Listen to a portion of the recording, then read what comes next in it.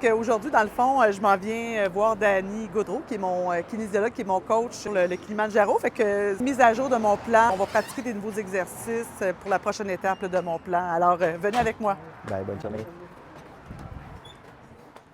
Hey, salut, comment ça va? Salut, ça va bien, toi? Ben oui, merci. T'es prête? Je suis prête. Écoute, Ben, let's go. On y va, let's go. Let's go. Quelques mots te présenter Ben oui, pour les gens qui écoutent. Je m'appelle Danny Gaudreau, je suis kinésiologue depuis une quinzaine d'années. L'année passée, j'ai parti mon entreprise ADN Santé. Puis Jacinthe a fait appel à moi là, pour l'accompagner dans sa préparation pour le défi du Kilimanjaro.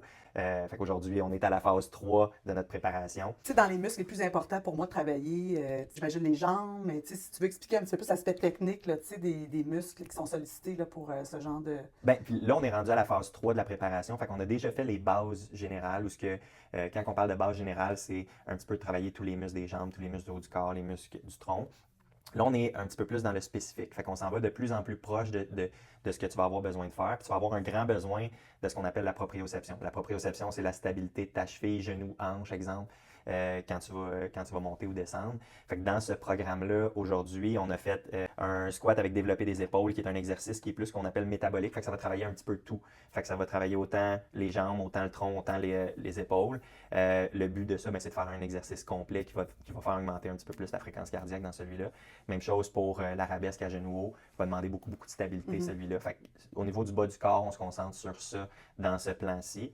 Au niveau du haut du corps, ce que tu as besoin, le plus important, c'est du postural puis de tenir ton sac à dos. Fait que l'endurance des muscles du haut du dos, les muscles des épaules, les muscles de la poitrine, c'est pour ça qu'on les a fait comme ça. Fait que les push-ups pour travailler la poitrine, la tirade à un bras pour travailler la stabilité de ton omoplate, travailler les muscles du haut du dos.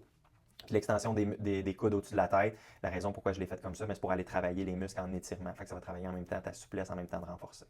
Puis au niveau des abdominaux, le gainage abdominal, c'est pour protéger ton dos et ta colonne. Surtout que tu vas avoir un poids sur les épaules, ton sac à dos, tu vas avoir un gainage abdominal, des muscles du tronc qui sont forts et endurants. Fait que c'est la raison pourquoi on y va avec le criss-cross, la rotation du tronc aussi.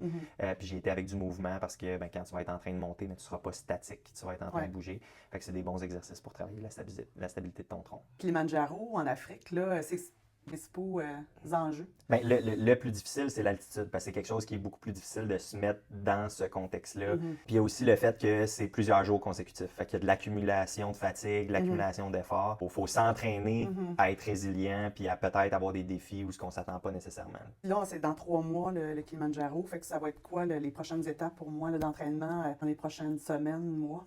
Ça va être la gestion, pas d'altitude, mais de dénivelé dans le temps. Fait qu'avoir une augmentation progressive de tes dénivelés.